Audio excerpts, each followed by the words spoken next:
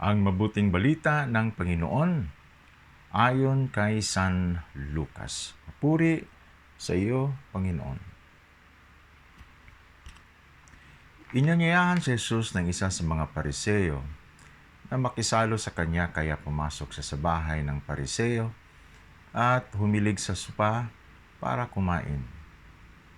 Ngayon may isang babae sa bayang iyon na itinuturing na makasalanan. Nagdala ito ng pabangong nasa sisidlang alabastro. Tumayo siya sa likuran sa may paanan ni Jesus at umiyak. Tumulo ang kanyang mga luha sa mga paa ni Jesus at pinunasan niya ng kanyang buhok at hinagkan at pinahiran ng pabango. Nang makita ito ng Pariseyong kumumbida sa kanya, naisip nito kung propeta ang taong ito. Malalaman niya kung sino ang babaeng ito at anong uri ng tao ang humihipo sa kanya. Isa ngang makasalanan. Ngunit nagsalita sa kanya si Jesus. May utang sa isang taong nagpapautang. 500 salaping pilak ang utang ng isa at 50 naman ang isa pa. Ngunit wala silang maibayad, kaya kapwa niya sila pinatawad. Ngayon, sino sa kanila ang magmamahal sa kanya ng higit? Sumagot si Simon. Sa palagay ko'y pinatawad niya ng mas malaki. At sinabi sa kanya ni Jesus, tama ang hatol mo. At paglingon niya sa babae, sinabi niya kay Simon, nakikita mo ba ang babaeng ito? Pumasok ako sa iyong bahay at hindi mo ako binigyan ng tubig para sa aking mga paa. Hindi mo pinahiran ng langis ang aking ulo, ngunit binuhusan niya ng pabango ang aking mga paa. Kaya sinasabi ko sa iyo, pinatatawad na ang marami niyang kasalanan dahil nagmahal siya ng malaki. Ngunit nagmamahal lamang ng kaunti ang pinatatawad ng kaunti. Ang mabuting balita ng Panginoon. Pinupuri ka namin, Panginoong Jesucristo. My brothers and sisters, may dalawang tao sa ating ebanghelyo ngayon na atin pong pag-uusapan. Ang una ay si Simon, na isang Pariseo na nangimbita kay Jesus sa kanyang tahanan, at ang babaeng makasalanan na nagdala ng pabagong nasa sisidlang alabastro at pinunasan ng kanyang buhok at hinagkan at pinahiran ng pabango si Jesus. Inanyayahan si Jesus ni Simon na Pariseo na makisalo sa kanya pong tahanan. Ang pag-imbita ng isang tao, na kapatid, ay tanda ng maraming kahulugan. Ang una ay maaring inimbitahan mo ang isang tao dahil gusto mo lamang siyang makilala. Pangalawa, maaring inimbitahan mo ang isang tao sapagkat gusto mo lang. Pangatlo, maaring inimbitahan mo ang isang tao kasi maaring napilitan ka lang o nakantsawan. Hindi po ba? At pangapat, maaring gusto mong gantihan ang kanyang kabutihan sa iyo bilang pagtanaw ng utang na loob mo sa kanya. At panglima, maaaring gusto mo lang ipakita sa kanya ang iyong bahay at ang iyong tunay na kalagayan sa buhay. Gusto mo lamang maaaring ipagyayabang ang iyong naipundar na mga ari-arian. At pang-anim, maaring kaya mo siya inimbitahan dahil mahal mo siya. At gusto mong ipadama ang iyong pagmamahal. Brothers and sisters, si Simon na Pariseo ay inimbitahan niya si Jesus sapagkat gusto niya lang na makilala niya si Jesus. Hindi niya ito binigyan ng VIP treatment, and as a matter of fact, hindi nga niya ito binigyan ng tubig para linisin ang kanyang mga paa, at hindi pinahiran ng langis ang kanyang ulo. In short, inimbitahan lang talaga niya si Jesus sapagkat gusto niya itong makilala. Maaring may nakapagsabi o maaring na-witness niya na maraming sumusunod kay Jesus. Sabi nga niya, kung propeta ang taong ito, malalaman niya kung sino ang babaeng ito at anong uri ng tao ang humihipo sa kanya. Hinusgahan pa niya si Jesus.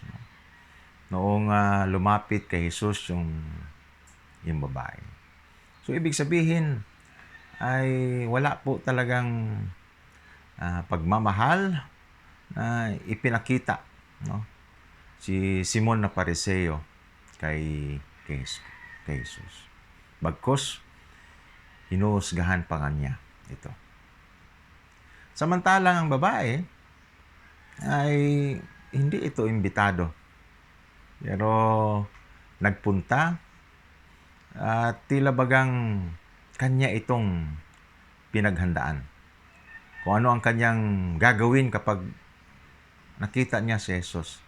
Parang alam na niya kung ano ang dapat niyang gawin. Hindi nga siya nagdala ng tubig kasi siguro plano na niya na sa pamagitan lamang ng kanyang luha ay linisin niya ang mga paa ni Jesus at kanya po itong papahiran ng pabango. So, maaring may ginawa si Jesus na kabutihan sa babaeng ito. Kaya nagawa ng babaeng ito ay maaring merong isang utang na loob kay Jesus. O maaring meron siyang nais hingin sa atin pong Panginoon. O di kaya gusto niyang humingi ng kapatawaran sa isang malaking kasalanan. Kaya nagawa niya ito. No?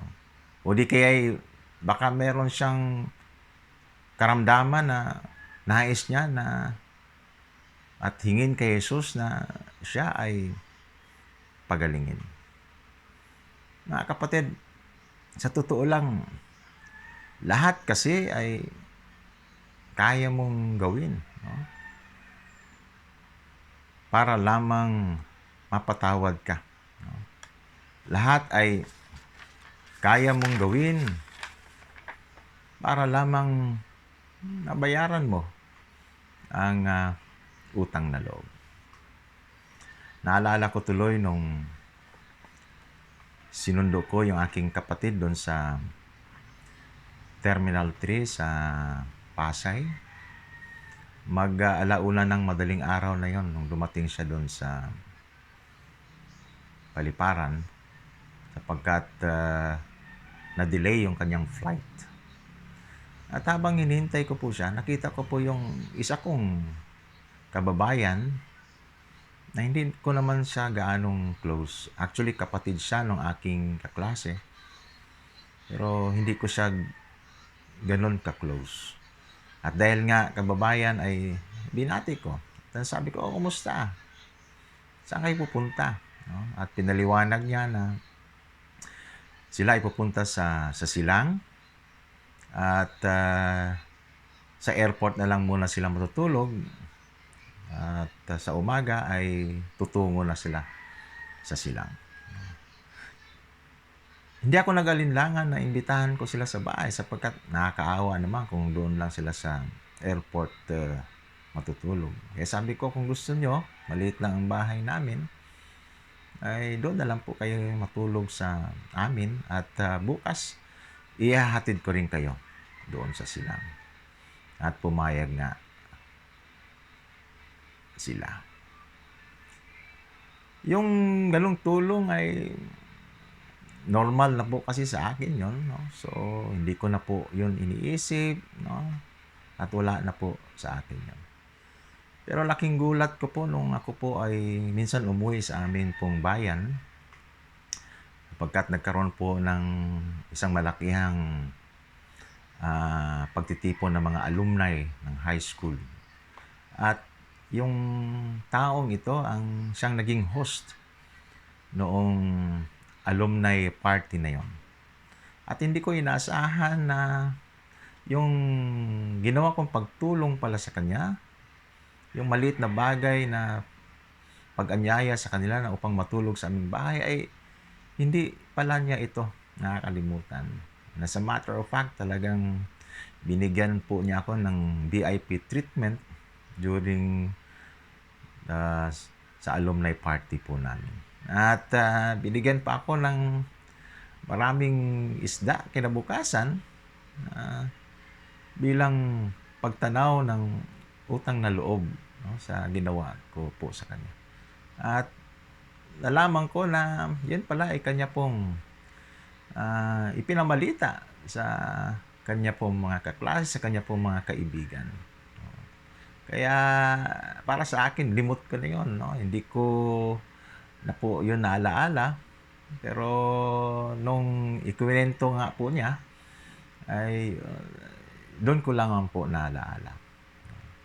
So, iba talaga kapag ikaw ay nagtanim ng utang na loob sa isang tao, ay talagang gagawin mo talaga ang dapat mong gawin para lamang mabayaran, no? At palitan ang kabutihan ng isang tao. Ano man ang ginawa ng tao sa iyo, ay gusto mong masuklian at mabayaran ang kanya pong kagandahang loob. Ngayon po, siya po ngayon ay konsehal na ng amin pong bayan. At kapag ako nga po ay umuwi sa amin pong bayan, ay talagang meron pong VIP treatment, no? Maliit na pagtulong, pero ito po yung nagiging kapalit. Brothers and sisters, sa kabilang banda ay pinakita ng babae ang isang uri ng pag-ibig na hindi nananantya. Kinilala niya si Jesus bilang isang tunay na propeta. At ibinigay niya ang nararapat kay Jesus ng buong pagmamahal at walang halong kondisyon o anumang pag-iimbot. Brothers and sisters, kaya mo bang gawin ang ipinakita ng babaeng ito? Kaya mo bang tumbasan ang kanya pong ginawa para kay Jesus? Kapatid, kung meron mang kayong biyaya na natanggap mula sa atin pong Panginoon, kung nadarama mo man ang pagmamahal ng Diyos, siguro'y suklian natin ang kabutihan ng Diyos. Suklian natin ito ng pagmamahal sa Kanya, o di kaya suklian natin ito sa pamamagitan po ng pagmamahal natin sa kapwa. Meron ngang isang kasabihan na kung gusto mo raw umunlad, ay unahin natin lagi ang Diyos. Yun po yung meaning daw ng unlad, no? You, unahin, N, natin, L, lagi, A, ang, and then D ay Diyos. So, unlad. Kaya kung gusto po nating umunlad sa ating pong buhay, ay dapat po unahin natin lagi ang Diyos.